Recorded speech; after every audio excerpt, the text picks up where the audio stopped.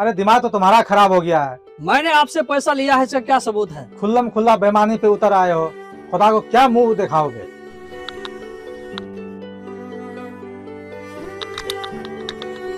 हाफिज जी, एक मिनट रुकिएगा। हाफिज जी, हाफिज जी, जी क्या बात है? एक मिनट रुकिए थोड़ा। अस्सलाम वालेकुम वालेकुम अस्सलाम व रहमतुल्लाह। खैरियत से हैं? अल्हम्दुलिल्लाह सब ठीक है। हाफिज जी, मैं आपके पास तकरीबन दौड़ता हुआ आया हूँ। आखिर क्या ऐसी जरूरत पड़ गई? आप इनकार तो नहीं करेंगे? बताइए तो पहले। मैं आपके घर पर गया था, लेकिन पता चला कि आप इधर घूमने के लिए निकले हुए हैं, तो मैं भी पीछे पीछे आ गया हूँ। मैं तो रोजाना घूमने निकलता हूँ। सुबह सुबह मुझे एक इमरजेंसी पड़ गई है। कैसी इमरजेंसी है? मुझे अचानक 3000 रुपए की जरूरत पड़ गई है। आप जब तक घूम फिर करके घर वापस जाएंगे, तब तक मैं घर ही में वापस कर दूंगा।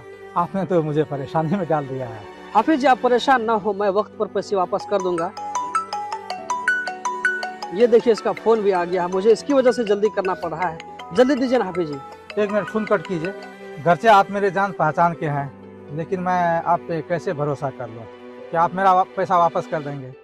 ऐसा करते हैं ना, चलिए घर पे, वहीं पे गवाह के सामने जो है कुछ लिख लेंगे, उसके बाद आपको पैसा देंगे। अरे हाफिज जी, मेरे पास इतना टाइम नहीं है, प्लीज मेरी मजबूरी समझिए। देखिए, इस बंदे का बार बार फोन आ रहा है। आप तो मेरे मोहल्ले के हैं, फिर भी मुझ पर आप एतबार नहीं कर रहे हैं। आपको मुझ पर भरोसा नहीं है तो ये मेरा मोबाइल फोन आप रख लीजिए।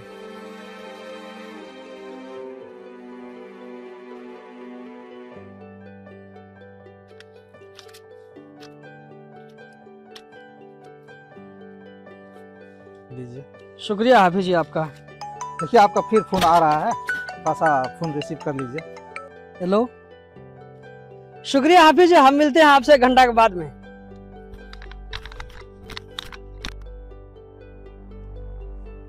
उस बंदे ने 1 घंटा का टाइम लिया था। एक मतलब मैं फोन करके उनसे बात कर लेता हूँ। अरे ये तो फोन नहीं लग रहा है, फोन बंद है उनका। एक बार फिर ट्राई करके देखता हूँ, फिर वो बंद ही बता रहा है। ऐसा है, चलते हैं घर ही पे, देखते हैं घर ही पे जाके मुलाकात करते हैं, उनसे पूछते हैं। अस्सलाम वालेकुम।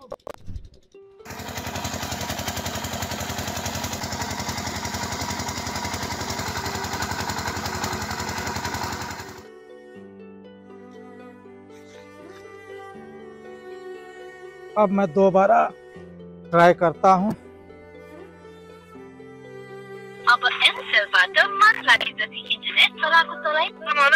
वालेकुम अस्सलाम व रहमतुल्लाह। असलम भाई बोल रहे हैं क्या? हाँ, मैं असलम बोल रहा हूँ। बोलिए, क्या बात है? अरे भाई, आपने 1 घंटा पहले मुझसे पैसा लिया था। आपने बोला 1 घंटा के बाद मैं दे दूंगा घर पे आके, लेकिन आप अब तक नहीं दिए हैं। क्या कहा? पैसा उधार? किससे? अरे भाई, आपने कुछ देर कबल जो है 3000 रुपया लिया था ना 1 घंटा पहले। अरे भाई, मैंने किसी से पैसा उधार नहीं लिया है। क्यों आप तो झूठ बोल रहे हैं? अच्छा, मैं झूठ बोल रहा हूँ? आपने पैसा नहीं लिया मुझसे 3000? भाई, मैंने किसी से कोई पैसा नहीं लिया है। आप फोन रखिए और सुबह सुबह जो है मेरा दिमाग खराब करना बंद कीजिए।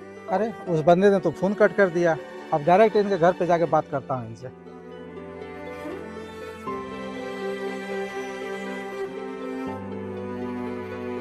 शदाब, मेरे साथ चलो, एक काम है।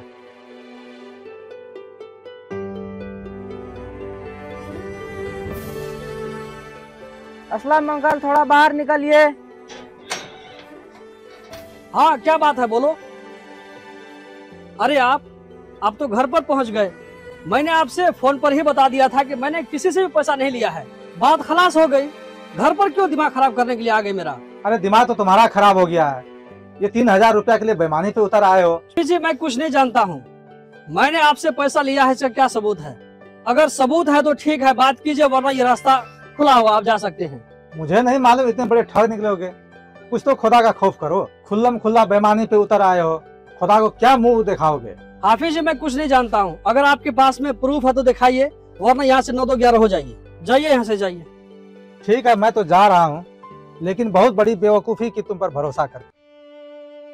अस्सलाम वालेकुम। सलाम। खैरियत हाफिज जी? अल्हम्दुलिल्लाह। हाफिज जी बहुत परेशान लग रहे हैं, खैरियत? असल में आजकल लोग कितने बेईमान हो गए हैं, आसानी से किसी का पैसा हड़प कर जाते हैं। लगता है ऐसा कि हमेशा इसी दुनिया में रहेगा क्या? क्या हुआ हाफिज जी? कुछ मुझे भी बताइए, हो सकता है मैं आपकी प्रॉब्लम दूर कर सकूं। अरे वो अपने मोहल्ले का असलम भाई है ना, हम्म। वो मुझसे 1 घंटा का वादा थे, कहा कि 1 घंटा में पैसा वापस कर दूंगा। 3,000 रुपये मुझसे लिया, लेकिन मांगने पर साफ मुकर गया। कहता मैं आपका कोई पैसा वैसा नहीं जानता हूँ, नहीं लिया हूँ पैसा।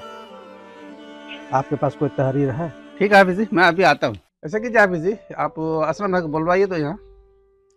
ठीक है, मैं शदाब को भेजता हूँ बुलाने के लिए। असलम अंकल, एक बार बाहर निकलिए। क्या बात है? थोड़ा उधर चलिए।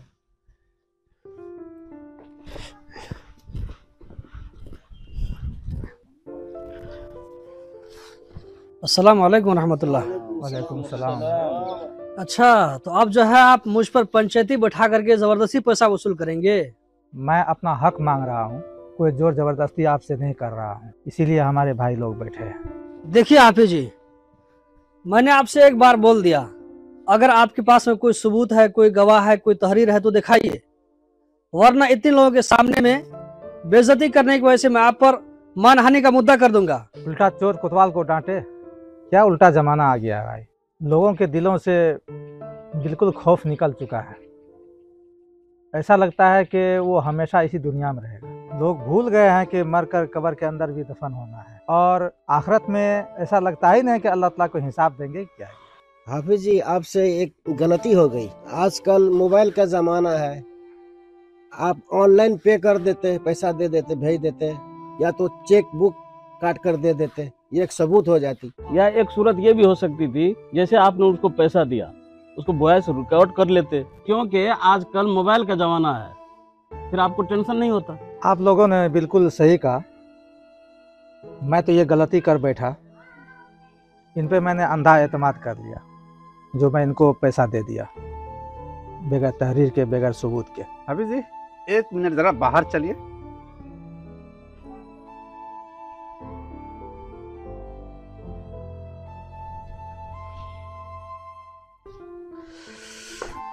ये लीजिए भाई।